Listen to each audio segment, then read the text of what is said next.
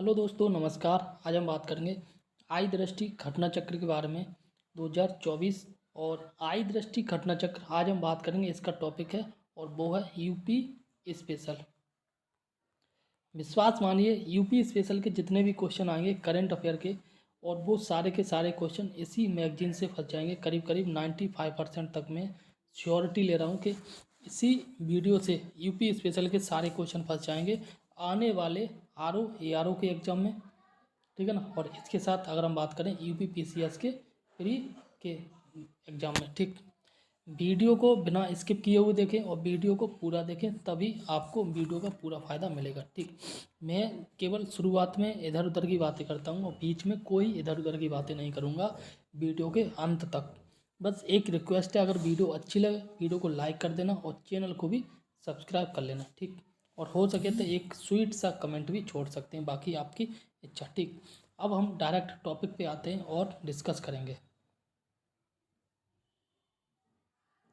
देखो, मैं यहाँ पे जो है ना, केवल उन्हीं बातों के बारे में डिस्कस करूँगा जो इम्पोर्टेंट है। ठीक, जो लगेगा जो कम इम्पोर्टेंट है या इम्पोर्टेंट नहीं है, ठीक है ना, एग्जाम में आने के कम चांस हैं, तो उनके बारे में हम स्किप करते चलेंगे। ठीक, और कोशिश करें इस वीडियो को देखने के बाद जो है आप प्लीज़ बुक को भी पढ़ें।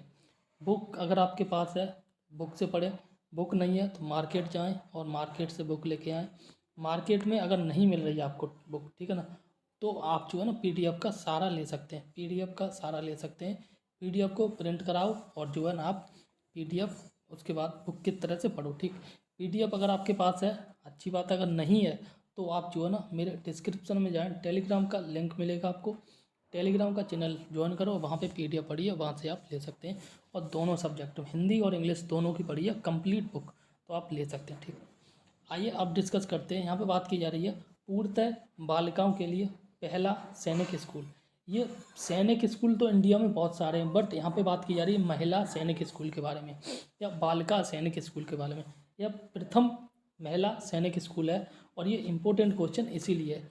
1 जनवरी 2024 को रक्षा मंत्री राजनाथ सिंह ने जो है उत्तर प्रदेश के मथुरा जिले में, कहाँ पे, मथुरा जिले में जो है वृंदावन में ये जो नाम लिखा है, ये संविद गुरुकुल बालिका सैनिक स्कूल के नाम से इसका उद्घाटन किया है। संविद गुरुकुल बालिका सैनिक स्कूल, ठीक है ना, इसका उद्घाटन किया है रक्षा मंत्री ने किया, मथुरा के पास वृंदावन में किया है, और ये भारत का पहला बालिका सैनिक स्कूल है। ठीक, यहाँ पे आगे बात की जा रही है, यह पूर्णतः जो है बालिकाओं के लिए पहला सैनिक स्कूल है। इस स्कूल का उद्घाटन जो सभी राज्य केंद्र शासित प्रदेशों में गैर सरकारी संगठनों, निजी या सरकारी राज्य सरकारी विद्यालयों के साथ साझेदारी में जो 100 सैनिक स्कूलों की स्थापना की पहल के तहत किया गया है। ओके, मतलब टारगेट 100 महिला सैनिक स्कूल को स्थापना करने के, बट ये पहला है। ठीक, और बात करें आगे तो ज्ञातव्य है कि देश में सैनिक स्कूलों की स्थापना की परंपरा जो है सन 1960 में थी। मतलब सन 1960 में तब की गई थी जब यूपी के जो मुख्यमंत्री थे संपूर्णानंद, लखनऊ में इसकी स्थापना की गई थी। ठीक, संपूर्णानंद ने की थी, लखनऊ में स्थापना की थी पहले सैनिक स्कूल की। और जो है उस समय संपूर्णानंद जी ये मुख्यमंत्री थे 1960 में। ठीक, अब अब बात करते हैं नेक्स्ट न्यूज के बारे में। यहाँ बात की जा रही है प्रधानमंत्री की अयोध्या यात्रा। यूपी का एग्जाम देने जा रहे हैं, इसलिए ये प्रधानमंत्री जी की जो अयोध्या यात्रा इम्पोर्टेंट हो जाती है। 30 दिसंबर 2023 की बात है और प्रधानमंत्री मोदी जी जो अयोध्या का दौरा किया था इन्होंने अयोध्या में। इस यात्रा के दौरान जो है इन्होंने अयोध्या एवं उसके आसपास के क्षेत्रों के विकास के लिए 11,100 करोड़ रुपए की परियोजनाओं का शिलान्यास किया।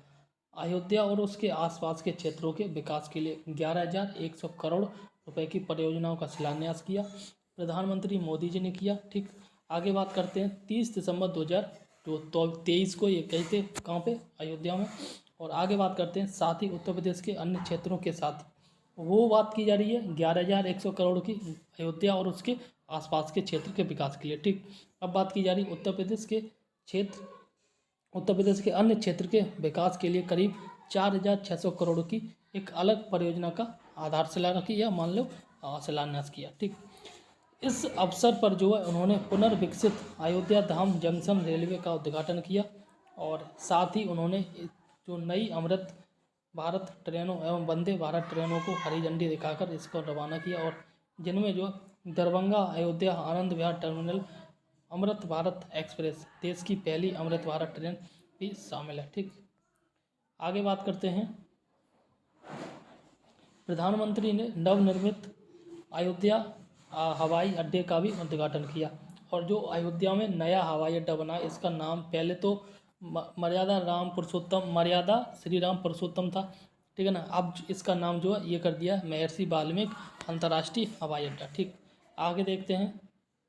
तो यहाँ पे बात की जा रही है नवनिर्मित श्री राम मंदिर तक पहुँचने बढ़ाने के लिए जो प्रधानमंत्री मोदी ने अयोध्या में जो 4 नव विकसित सड़कों का निर्माण किया, और जिनके अलग अलग नाम हैं। एक का नाम है रामपथ, दूसरे का भक्तिपथ, ठीक है ना, और धर्मपथ, और चौथे का नाम है श्री राम जन्मभूमि पथ, ठीक है ना। इनका भी उद्घाटन किया। आगे बात करते हैं काशी तमिल संगमम के बारे में। काशी तमिल संगमम की बात करें तो यहाँ पे जो 17 से 30 दिसंबर 2023 तक जो है काशी तमिल संगमम का आयोजन किया गया। कहाँ पे? वाराणसी में। इस कार्यक्रम का यह द्वितीय संस्करण था। ठीक, और ज्ञातव्य है कि प्रथम काशी तमिल संगमम 2022 में आयोजित किया गया था, और 17 दिसंबर 2023 को जो है नमो घाट वाराणसी में, कहाँ पे? नमो घाट वाराणसी में जो इस कार्यक्रम का उद्घाटन प्रधानमंत्री मोदी जी ने किया था। ठीक, इस अवसर पर जो है प्रधानमंत्री ने थिरुवक्कुल मणिमेकलई और अन्य उत्कृष्ट तमिल साहित्य का बहुभाषा और गिरेल अनुवाद किया। ठीक, यहाँ पे बात की जा रही है बहुभाषा और ब्रेल, यहाँ पर गिरेल ना ब्रेल लिखा है। इस अवसर पर जो कन्याकुमारी वाराणसी तमिल संगमम ट्रेन को भी जो है हरी झंडा दिखाई थी, हरी झंडी दिखाई। किसका? इस ट्रेन का नाम है कन्याकुमारी से लेके वाराणसी तमिल संगमम, ठीक है ना। इसको भी हरी झंडी दिखाई। और इसी प्रकार से आगे बात करें तो यहाँ पे बात की जा रही है इसका आयोजन जो केंद्रीय शिक्षा मंत्रालय और अन्य मंत्रालयों जैसे संस्कृति मंत्रालय, कपड़ा, रेलवे और पर्यटन, खाद्य प्रसंस्करण, सूचना और प्रसारण आदि तथा उत्तर प्रदेश सरकार के सहयोग से किया गया। ठीक, इस कार्यक्रम के लिए तमिलनाडु में IIT मद्रास को और उत्तर प्रदेश में बनारस BHU बनारस हिंदू विश्वविद्यालय को कार्यान्वयन एजेंसी के रूप में नामित किया। ठीक है ना, तमिलनाडु में IIT मद्रास को और उत्तर प्रदेश में BHU को कार्यान्वयन एजेंसी के रूप में नियुक्त किया। आगे बात करें, आगे बात की जा रही है आयुर्वेद महामंदिर का उद्घाटन। किसका? आयुर्वेद महामंदिर का उद्घाटन की बात करें, यहाँ इम्पोर्टेंट न्यूज है।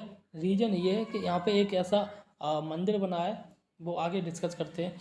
18 दिसंबर 2023 को प्रधानमंत्री नरेंद्र मोदी ने वाराणसी में स्वर वेद महामंदिर का उद्घाटन किया। मंदिर का नाम याद कर लेना, स्वर वेद महामंदिर का उद्घाटन किया। 7 मंजिला मंदिर है और इसकी ऊंचाई करीब 180 फीट है। कितनी? 7 मंजिल ऊंचाई है और 180 फुट ऊंचा है। ठीक है ना। बात करें इस महामंदिर की संगमरमरी दीवारों पर जो है स्वर वेद के 4000 दोहे लिखे गए। ठीक है ना। और आगे बात करें इसमें जो है वेद, उपनिषद, रामायण, गीता, महाभारत, वेद, उपनिषद, रामायण, गीता, महाभारत आदि के ग्रंथों के जो दिव्य संदेश भी इसमें चित्रों के जरिए जो उकेरे गए। और वहीं बात करें स्वर महामंदिर महर्षि, ये इम्पोर्टेंट है, महर्षि सदाफल देव की शिक्षाओं एवं उनके उपदेशों का प्रतीक है। यहाँ पूछा जा सकता है कि वाराणसी में अभी हाल ही में प्रधानमंत्री मोदी जी के द्वारा जो मंदिर उद्घाटन किया गया है तो वो मंदिर जो है ना किसकी शिक्षाओं पर या किसकी शिक्षाओं का प्रतीक है? तो वो ऋषि हैं, उनका नाम है सदाफल देव। ठीक है ना। इनकी शिक्षाओं एवं उनकी उपदेशों का प्रतीक है। इस महामंदिर को जो विश्व का सबसे बड़ा ध्यान केंद्र कहा जा रहा है, ये इम्पोर्टेंट है। विश्व का सबसे बड़ा ध्यान केंद्र कहा जा रहा है। रीजन ये है कि इस मंदिर के परिसर में एक साथ जो है यहाँ आगे बात की जा रही है कितने हजार लोग एक साथ योग कर सकते हैं, वो जो है ना ये 20,000 के करीब है। ठीक, आगे देख लेते हैं। ज्ञातव्य है कि स्वरवेद एक आध्यात्मिक ग्रंथ है जो व्यंगम योग संस्थान के प्रणेता संत सदाफल देव जी महाराज के द्वारा लिखा गया है। ठीक, आगे बात करते हैं लेक क्वीन क्रूज। क्या? लेक क्वीन क्रूज के बारे में। ठीक, तो यह जो है इसका 15 दिसंबर 2023 को मुख्यमंत्री योगी जी ने जो है गोरखपुर स्थित रामगढ़ ताल, क्या रामगढ़ ताल में जो है लेक क्वीन क्रूज का लोकार्पण किया। इंपॉर्टेंट है, lake queen cruise CM Yogi ji के द्वारा उनके विधानसभा क्षेत्र गोरखपुर के पास एक रामगढ़ ताल है, उसमें लेक क्वीन क्रूज सेवा का लोकार्पण किया।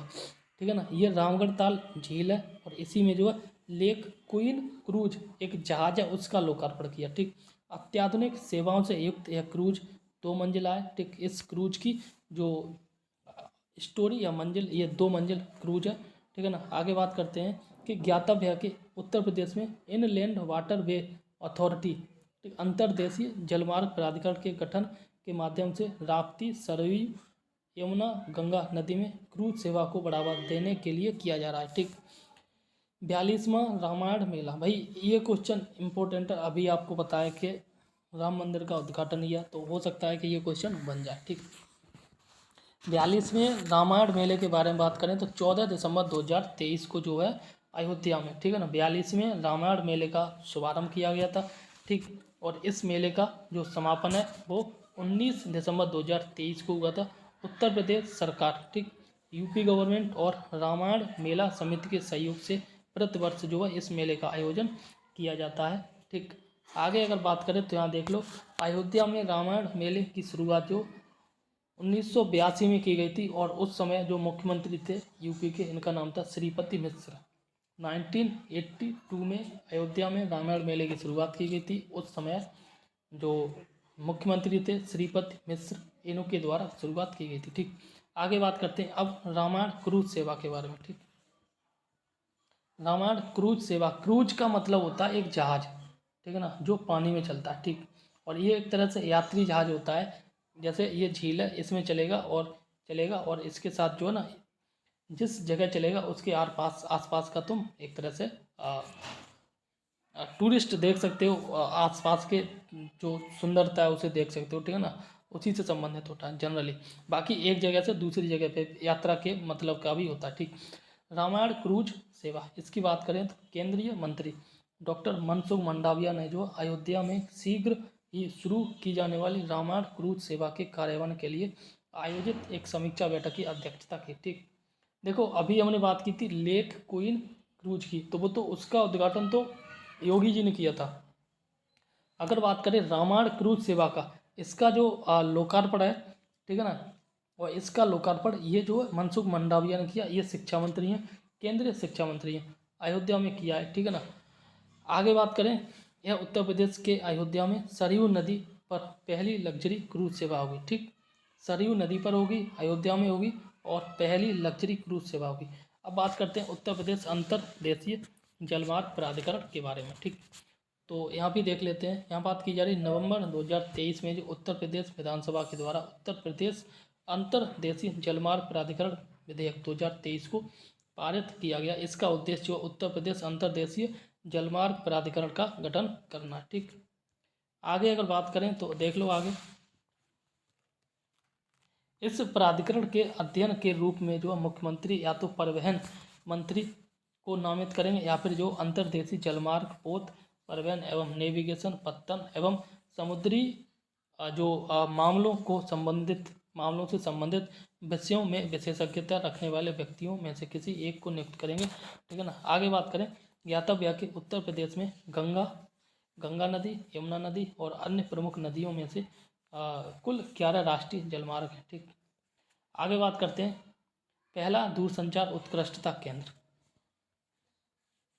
पहला दूरसंचार उत्कृष्टता केंद्र के बारे में उत्तर प्रदेश के सहारनपुर में, कहाँ पे, सहारनपुर में जो दूरसंचार उत्कृष्टता केंद्र, इसका नाम है telecom centre of excellence, telecom centre of excellence की स्थापना की जाएगी।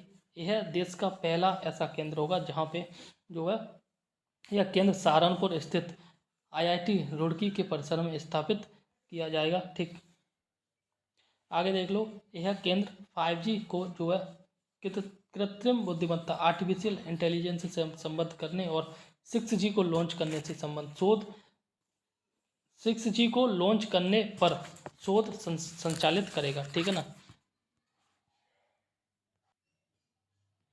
आगे देखते हैं जीआई टैग के बारे में। जीआई टैग के संदर्भ में अगर बात करें तो यह उत्तर प्रदेश का दूसरा स्थान है, ठीक। मतलब 2023 में सबसे अधिक जो जीआई टैग मिले तमिलनाडु को मिले और दूसरे स्थान पे जीआई टैग मिले वो है उत्तर प्रदेश, ठीक है ना। तो यहाँ देख लेते हैं, हाल ही में उत्तर प्रदेश के 4 और उत्पादों को जीआई टैग मिला है। 4 और मतलब अभी इससे पहले भी कई उत्पादों को जीआई टैग मिल चुका है, ठीक। तो 4 नए जीआई टैग मिले, यहाँ पे देख लो। एक बागपत होम फर्निशिंग को जीआई टैग मिला, ठीक। अमरोहा की ढोलक को जीआई टैग मिला और कालपी का जो हस्त निर्मित कागज है इसको जीआई टैग मिला और जो बाराबंकी हैंडलूम को जीआई टैग मिला, ठीक। आगे बात करते हैं, इसी के साथ जो उत्तर प्रदेश सर्वाधिक जीआई टैग प्राप्त करने के संदर्भ में दूसरे स्थान पे है, ठीक। पहले स्थान पे तमिलनाडु है और तमिलनाडु को जो है जीआई टैग प्राप्त करने के संदर्भ में शीर्ष स्थान पे रखा गया, ठीक। आगे देख लेते हैं, बागपत होम फर्निशिंग जो बागपत होम जनपद फर्निशिंग कामों के लिए पूरे देश में विख्यात है। इस यहाँ पे जो है ना चादरें, ठीक है, गद्दे, तौलिए, तकिए आदि उत्पाद तैयार किए जाते हैं। अमरोहा की ढोलक के बारे में बात करें तो अमरोहा ढोलकों एवं अन्य बीटिंग वाद्य यंत्र मतलब बजाने वाले यंत्र। ढोलक तो मिलती है, इसके साथ अन्य जो वाद्य यंत्र होते हैं, ठीक है ना, वो भी उनके निर्माण के लिए प्रसिद्ध है, ठीक। इन यंत्रों के खोखले ब्लॉक्स के निर्माण के लिए आम और शीशम की लकड़ी का उपयोग किया जाता है, ठीक है। जैसे जो ढोलक होती है ना, एक तरह से खोखली होती है ना, उसी प्रकार से बात की जा रही है, ठीक। उसी के लकड़ी की बात की जा रही है, जिन्हें बाद में पशुओं के चमड़े से मढ़ा जाता है, ठीक।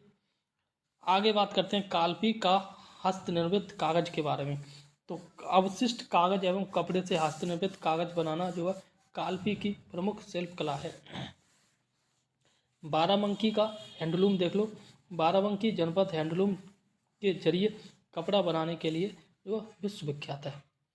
ये इम्पोर्टेंट है, याद कर लेना। कांगड़ा चाय जीआई टैग मिला है। कांगड़ा चाय हिमाचल प्रदेश की चाय बहुत ही ज़्यादा महंगी होती है। अप्रैल 2023 में यूरोपीय आयोग के द्वारा भारत की अनूठी चाय कांगड़ा चाय के लिए संरक्षित जीआई टैग प्रदान किया गया। और उल्लेखनीय है कि मार्च 2023 में यूरोपीय आयोग के द्वारा इस चाय के संदर्भ में संरक्षित भौगोलिक संकेतक प्रदान करने की अधिसूचना जारी की गई, जो अप्रैल 2023 से प्रभावी है, ठीक। आगे बात कर लेते हैं, कांगड़ा चाय हिमाचल प्रदेश को वर्ष 2005 में भारतीय जीआई टैग पहले से मिल चुका था। देखो यहाँ पे बात की जा रही है यूरोपीय आयोग के द्वारा, तो अब 2023 में कांगड़ा चाय को जीआई टैग मिला है। ये यूरोप का आयोग और भारत की चाय को जीआई टैग दे रहा है, ये बहुत बड़ी बात है, इसीलिए ये क्वेश्चन इंपॉर्टेंट है। बाकी भारत ने तो 2005 में ही जो है इसे कांगड़ा चाय को जीआई टैग दे दिया। अब बात करते हैं अयोध्या के बारे में। तो यहाँ पे देख लो, उत्तर प्रदेश के इस जिले मतलब अयोध्या में राम की पेड़ी के विभिन्न घाटों पर जो है दीपोत्सव 2023 के अवसर पर 22,23,000 दीप जलाकर जो है Guinness book of world record में अपना नाम कीर्तिमान किया। आगे बात करते हैं, इस जिले में भारतीय मंदिर वास्तुकला संग्रहालय की स्थापना की जाएगी, ठीक है। और अयोध्या शोध संस्थान वर्ष 1986 में स्थापित को विस्तार देते हुए अंतर्राष्ट्रीय अयोध्या रामायण एवं वैदिक शोध संस्थान के रूप में जो विकसित करने का निर्णय लिया गया है। आगे बात करते हैं, मंत्रिमंडल के द्वारा जो उत्तर प्रदेश श्री अयोध्या जी तीर्थ विकास परिषद के गठन का प्रस्ताव भी पारित किया गया। आगे बात करते हैं सौम्या माथुर के बारे में, ठीक है ना, ये व्यक्ति हैं। तो नवंबर 1, 2023 को जो सौम्या माथुर ने पूर्वोत्तर रेलवे के महाप्रबंधक के रूप में पदभार ग्रहण किया। इम्पोर्टेंट है, पूर्वोत्तर रेलवे के महाप्रबंधक के रूप में सौम्या माथुर ने पदभार ग्रहण किया है और वे पूर्वोत्तर रेलवे की पहली है, इसलिए मोस्ट इम्पोर्टेंट है, पहली महिला महाप्रबंधक है। और आगे अगर हम देखें तो उल्लेखनीय है कि पूर्वोत्तर रेलवे का मुख्यालय जो गोरखपुर में है। इसमें केवल इतना याद कर लो, पूर्वोत्तर रेलवे का मुख्यालय गोरखपुर में और इसकी जो महानिदेशक बनी है इनका नाम है सौम्या माथुर और ये प्रथम महिला है, ठीक। इतना इम्पोर्टेंट है। आगे बात करते हैं प्रदेश में जनजातीय संग्रहालय के बारे में। 31 अक्टूबर 2023 को, 31 अक्टूबर को सरदार वल्लभ भाई पटेल की जयंती होती है, एकता दिवस के रूप में मनाते हैं। ठीक, 31 अक्टूबर 2023 को प्रदेश सरकार के द्वारा जो प्रदत्त स्वीकृति के अनुसार जो उत्तर प्रदेश के मिर्जापुर सोनभद्र महाराजगंज जिले में जनजातीय संग्रहालय, इसको बोलेंगे ट्राइबल म्यूजियम की स्थापना की जाएगी। ठीक, कहाँ कहाँ पे किया जाएगा? मिर्जापुर, सोनभद्र और महाराजगंज में जनजातीय संग्रहालय की स्थापना की जाएगी। रीजन है कि इन जिलों में जनजातीय लोग ज़्यादा पाए जाते हैं। ठीक, आगे बात की जा रही है मिर्जापुर के अतरौला पांडेग्राम और सोनभद्र के मारकुंडी और महाराजगंज के ये कुशेरवा ग्राम में यह संग्रहालय स्थापित किया जाएगा। ठीक है ना, ये शहर में नहीं गांव में स्थापित की जाएगी। अब बात करते हैं 3 नए राज्य विश्वविद्यालय के बारे में। ठीक, तो इम्पोर्टेंट न्यूज है ये भी, 31 अक्टूबर 2023 की बात है। उत्तर प्रदेश सरकार ने जो उत्तर प्रदेश राज्य विश्वविद्यालय अधिनियम 1973 में संशोधन किए जाने की अनुमति प्रदान की। और आगे बात करें तो आगे बात की जा रही है प्रस्तावित संशोधन के माध्यम से जो है राज्य में 3 नए विश्वविद्यालयों की स्थापना की जाएगी। ठीक है ना, तो गोंडा में जो माँ पाटेश्वरी देवी राज्य विश्वविद्यालय, मिर्जापुर में जो है माँ विंध्यवासिनी राज्य विश्वविद्यालय और मुरादाबाद में जो है उत्तर प्रदेश राज्य विश्वविद्यालय की स्थापना की जाएगी। ठीक, अगर हम आगे बात करें तो आगे बात की जा रही है इसके अतिरिक्त जो उत्तर प्रदेश निजी विश्वविद्यालय अधिनियम 2019 में संशोधन किए जाने को भी जो है स्वीकृति प्रदान की गई है। और इस संशोधन के माध्यम से जो मथुरा में भी जो है SKS अंतर्राष्ट्रीय विश्वविद्यालय स्थापित किया जाएगा। ठीक, 4 नए निजी विश्वविद्यालय यहाँ पे देखते हैं। 10 नवंबर 2023 को मुख्य सचिव, उनका नाम है दुर्गा शंकर मिश्र की अध्यक्षता में गठित एक उच्च स्तरीय समिति ने प्रदेश में 4 नए निजी विश्वविद्यालयों की स्थापना को मंजूरी प्रदान की है। ठीक, तो जो नए विश्वविद्यालय को मंजूरी प्रदान की गई है ये है KD विश्वविद्यालय मथुरा, गांधी विश्वविद्यालय झांसी, अजय कुमार गर्ग विश्वविद्यालय गाजियाबाद और चंडीगढ़ विश्वविद्यालय उन्नाव। ठीक, मथुरा, झांसी, गाजियाबाद और उन्नाव। आगे बात करते हैं लखनऊ के बारे में। इंपॉर्टेंट न्यूज, उत्तर प्रदेश के CM योगी, ठीक है ना, के द्वारा जो है राज्य के इस राजधानी शहर में नौसेना सौर संग्रहालय निर्माण कार्य परियोजना का भूमि पूजन और शिलान्यास किया गया। कब? 21 अक्टूबर 2023 को। ठीक, इसका नाम याद कर लो, नौसेना सौर संग्रहालय निर्माण कार्य परियोजना। ठीक, यह संग्रहालय आदि गंगा गोमती नदी के तट पर जो है बनाया जा रहा है। ठीक, आगे देखते हैं INS गोमती इस संग्रहालय का हिस्सा होगा। ठीक,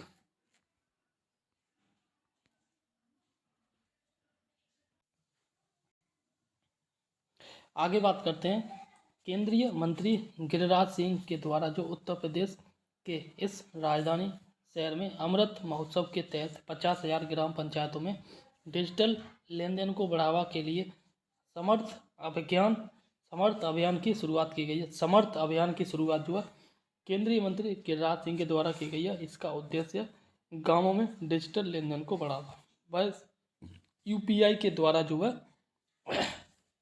गूगल पे करना, पेटीएम करना और कैश का कम यूज करना, यही है। समर्थ पोर्टल की शुरुआत की गई है केंद्रीय मंत्री गिरिराज सिंह के द्वारा। ठीक, अब बात करते हैं गोरखपुर के बारे में। तो गोरखपुर विधानसभा से ही जो CM योगी आदित्यनाथ CM है, ठीक है ना, तो मुख्यमंत्री CM योगी आदित्यनाथ के द्वारा जो है इस जिले में मतलब गोरखपुर में जो है प्रस्तावित पशु चिकित्सा विज्ञान महाविद्यालय के निर्माण के संबंध में जो विस्तृत परियोजना रिपोर्ट का अवलोकन किया गया।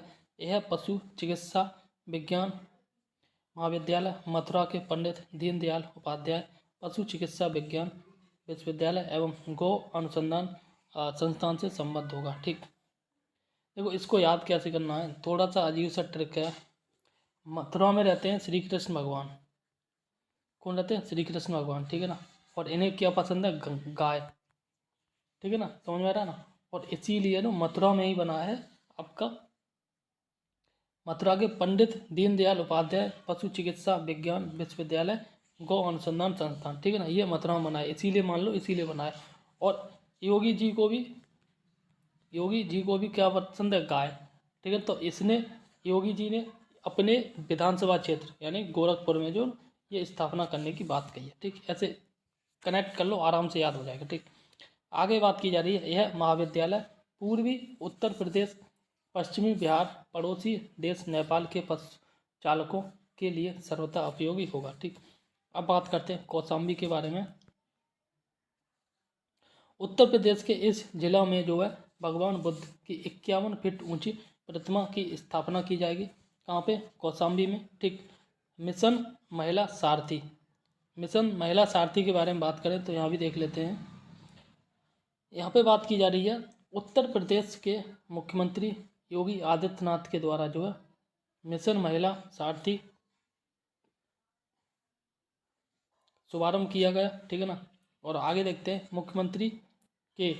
मुख्यमंत्री ने जो 51 साधारण BS6 बसों को हरी झंडी दिखाकर रवाना किया और इस मिशन के प्रतीक का अनावरण किया। ठीक, किसने किया? योगी आदित्यनाथ ने किया। ठीक, इसी प्रकार से आगे देखते हैं। आगे बात की जा रही है मिशन शक्ति के चौथे चरण के अंतर्गत शुरू किए गए इस मिशन के तहत जो उत्तर प्रदेश राज्य सड़क परिवहन निगम की बसों में चालक और परिचालक महिलाएं होंगी। ठीक, अब बात करते हैं आनंदा डेयरी के बारे में। तो आनंदा डेयरी और अमेरिया पजोरा और BH एम्ब्रियोज के मध्य जो है समझौता हुआ। ठीक, उत्तर प्रदेश के मुख्यमंत्री CM आदित्यनाथ योगी, ठीक है ना, या फिर योगी आदित्यनाथ और ब्राजील के राजपूत केनेथ नोब्रेगा की उपस्थिति में लखनऊ में इन तीनों कंपनियों के मध्य समझौता ज्ञापन पर हस्ताक्षरित हुए। इस समझौता ज्ञापन से उत्तर प्रदेश में दुधारू पशुओं के पोषण प्रजनन में उपयोगी की जाने वाली उन्नत तकनीक के माध्यम से दूध उत्पादन में वृद्धि का मार्ग प्रशस्त होगा। और अमेरिका पजोरा और BH एम्ब्रियोज ब्राज़ील के दो बड़ी कंपनियां। ठीक, अमेरिका पजोरा और BH एम्ब्रियोज ये अमेरिका की कंपनियां हैं। ठीक, आगे बात करते हैं हर बच्चे के लिए हर अधिकार अभियान। ठीक, तो ये उत्तर प्रदेश में छात्रों के समान अवसर सुनिश्चित करने के लिए जो पावर एंजल और बाल संसद के नेतृत्व में इस अभियान की शुरुआत की गई है। इसमें इतना याद कर लो कि हर बच्चे के लिए हर अधिकार अभियान किस सरकार के द्वारा शुरू किया गया? ये जो है उत्तर प्रदेश सरकार के द्वारा शुरू किया गया। ठीक, इसी प्रकार से आगे देख लो। इस अभियान का जो विषय है ये लैंगिक समानता और देखभाल और समर्थन पर केंद्रित है। पहला सोलर एक्सप्रेस वे, यहाँ पे केवल इतना पूछा जाएगा उत्तर प्रदेश का पहला सोलर एक्सप्रेस वे कौन सा है, तो इसका नाम पूछ लेगा। ठीक है ना, तो ये बुंदेलखंड एक्सप्रेस है। या फिर पूछ सकता है कि भारत का पहला सोलर एक्सप्रेस वे कौन सा है, ठीक है ना, या किस राज्य में? ये फिर जो उत्तर प्रदेश में। ठीक, यहाँ देखते हैं बुंदेलखंड एक्सप्रेस वे को उत्तर प्रदेश के पहले सोलर एक्सप्रेस वे के रूप में जो विकसित किया जाएगा कहाँ? नवंबर 2023 में। ठीक, आगे बात करते हैं इसी के बारे में। तो यहाँ बात की जा रही है इस एक्सप्रेस वे पर जो सार्वजनिक निजी भागीदारी PPP, ठीक है ना, ये PPP होता है पब्लिक प्राइवेट पार्टनरशिप मॉडल के तहत जो है सरकार सोलर प्लांट्स की स्थापना करेगी और जिसके माध्यम से 550 मेगावाट सौर विद्युत उत्पादन करने का लक्ष्य रखा गया। ठीक, आगे देख लो बरेली के बारे में। यहाँ पे बात की जाए परिषदीय विद्यालय में स्मार्ट कक्षाओं के संचालन में यह उत्तर प्रदेश का पहला जिला बन गया है। ठीक है ना, उत्तर प्रदेश के बरेली ज़िले में जितने भी सरकारी स्कूल हैं उन सभी सरकारी स्कूल में जो है स्मार्ट बोर्ड के माध्यम से पढ़ाई कराई जाती है। उत्तर प्रदेश के इस शहर में नॉर्थ कॉरिडोर विकसित किया जाएगा। कहाँ पे? बरेली में। ठीक, क्या? नॉर्थ कॉरिडोर विकसित किया जाएगा। ठीक, और इसका निर्माण जो वाराणसी के काशी विश्वनाथ कॉरिडोर और अयोध्या के राम जन्मभूमि की तर्ज पर होगा। ठीक, और आगे यह कॉरिडोर जो है अलखनाथ मंदिर, मणिनाथ, तपेश्वरनाथ और धोपेश्वरनाथ, ठीक, पशुपतिनाथ, बनखंडी नाथ मंदिरों को जोड़कर बनाया जाएगा। ठीक, एक कॉरिडोर एक तरह से सड़क होती है और इन सारे जो मंदिर बने इन सबको कनेक्ट करेगा आपस में। अब बात करते हैं उन्नाव के बारे में। उत्तर प्रदेश के इस जिले में मुख्यमंत्री योगी आदित्यनाथ के द्वारा जो महान स्वतंत्रता संग्राम सेनानी राजा राव राम बख्श सिंह की अश्वारोही प्रतिमा का अनावरण किया गया है। ठीक है ना, और उन्नाव में किया गया CM योगी के नाथ के द्वारा। ठीक, इतना याद कर लो। 9 अक्टूबर 2023 की बात है। इनका नाम याद कर लो, महान स्वतंत्रता संग्राम सेनानी राजा राव राम बख्श सिंह, राजा राव राम बख्श सिंह, ठीक है ना। और ये घोड़े पे सवार प्रतिमा का अनावरण किया गया, ठीक है ना। कहाँ पे? उन्नाव में। किसने किया? योगी आदित्यनाथ ने, ठीक। अब बात करते हैं भदोही जिले के बारे में। तो सीएम योगी आदित्यनाथ के द्वारा उत्तर प्रदेश के इस कालीन शहर में जो है, भदोही को कालीन के लिए फेमस है, इसीलिए बोला है कालीन शहर, ठीक है, में 4 दिवसीय 45वें अंतर्राष्ट्रीय कालीन मेला का शुभारंभ किया गया 9 अक्टूबर 2023 को। यह कारपेट एक्सपो मार्ट कालीन निर्यात संवर्धन परिषद CEPP PC एवं भदोही जिला प्रशासन के द्वारा 8 से 11 अक्टूबर 2023 के मध्य आयोजित किया गया था, ठीक। आगे बात करें तो आगे देख लो, मुख्यमंत्री ने कारपेट बेल्ट में निर्मित कालीनों की विशिष्ट पहचान के लिए ब्रांड कालीन भी लोकार्पण किया। आगे बात करें, यहाँ बात की जा रही गाजियाबाद के बारे में, ठीक। तो यहाँ पे देखते हैं उत्तर प्रदेश के इस शहर में स्थित हिंडन वायु सेना स्टेशन में अपनी तरह की पहली ड्रोन प्रदर्शनी सह प्रदर्शन भारत ड्रोन शक्ति 2023 का आयोजन किया। तो इसका आयोजन जो है भारतीय वायुसेना और drone federation of India FDFI के बाद जो है संयुक्त रूप से किया जाएगा, ठीक। आगे बात करते हैं, इस प्रदर्शनी के उद्घाटन के बाद जो है पहले C-295MW परिवहन विमान को जो भारतीय वायुसेना में औपचारिक रूप से शामिल किया गया। और यह विमान HS-748 एवरो विमान की जगह लेगा, ठीक। केंद्रीय मंत्री डॉक्टर मनसुख मंडाविया के द्वारा उत्तर प्रदेश में स्थित इस शहर में भारतीय खाद्य सुरक्षा और मानक प्राधिकरण FSSAI फसाई भी बोलते हैं के लिए जो राष्ट्रीय प्रशिक्षण केंद्र का उद्घाटन किया गया। अब बात करते हैं वाराणसी के बारे में, ठीक। तो प्रधानमंत्री नरेंद्र मोदी ने अपने संसदीय क्षेत्र, देखो CM योगी की जो क्षेत्र है, विधानसभा क्षेत्र है, ठीक है ना, ये तो गोरखपुर है, ठीक है ना। और अगर बात करें मोदी जी का विधान जो लोकसभा क्षेत्र है, ये वाराणसी है, ठीक। इस संसदीय निर्वाचन क्षेत्र में 1115 करोड़ रुपए की लागत से बने 16 अटल आवासीय विद्यालयों का जो है लोकार्पण किया। और 23 सितंबर 2023 की बात है। आगे बात करते हैं, आगे बात की जा रही है प्रधानमंत्री मोदी ने जो है गंजारी राजा तालाब में का लगभग 450 करोड़ रुपए की लागत से 30 एकड़ से अधिक क्षेत्र में बनने वाले अंतर्राष्ट्रीय क्रिकेट स्टेडियम का जो शिलान्यास किया। 30,000 दर्शकों की क्षमता वाला यह अंतर्राष्ट्रीय क्रिकेट स्टेडियम देश का पहला स्टेडियम होगा, ठीक है ना, जिसके भवन डिजाइन में भगवान शिव काशी की नगरी की झलक देखने को मिलेगी। ये इम्पोर्टेंट है, ठीक। बाकी जो दर्शक हैं वो तो हैं ही, ठीक है ना। आगे बात करते हैं, उत्तर प्रदेश स्थित इस शहर में तेलुगु भाषी लोगों का प्रसिद्ध पुष्करालु उत्सव आयोजित जो है ये 22 अप्रैल से 3 मई को किया गया। और इस उत्सव को गंगा पुष्करम के नाम से भी जाना जाता है, जो भारत की 12 पवित्र नदियों की पूजा करने हेतु समर्पित है। अब बात करते हैं बंधन योजना के बारे में। तो बंधन योजना जो उत्तर प्रदेश मंत्रिमंडल के द्वारा प्रदेश में सांस्कृतिक, पौराणिक, धार्मिक एवं ऐतिहासिक महत्व के स्थलों पर अवस्थापना तथा अन्य सुविधाओं के विकास के लिए वर्तमान वित्तीय वर्ष 2023-24 में प्रारंभ की जा रही इस योजना के लिए जो विस्तृत दिशा निर्देश निर्गत किए जाने से संबंधित प्रस्ताव अनुमोदित है, ठीक। आगे देखते हैं विजयपुर औरैया फूलपुर पाइपलाइन परियोजना के बारे में, ठीक। विजयपुर औरैया फूलपुर पाइपलाइन परियोजना प्रधानमंत्री नरेंद्र मोदी के द्वारा इस परियोजना का लोकार्पण किया गया। और ये बात की जा रही 5 अक्टूबर 2023 को, ठीक। इस परियोजना के तहत जो है 352 किलोमीटर लंबी पाइपलाइन का निर्माण जो है 1750 करोड़ रुपए से अधिक की लागत से किया जाएगा। आगे बात करते हैं robotic process automation RPA lab के बारे में।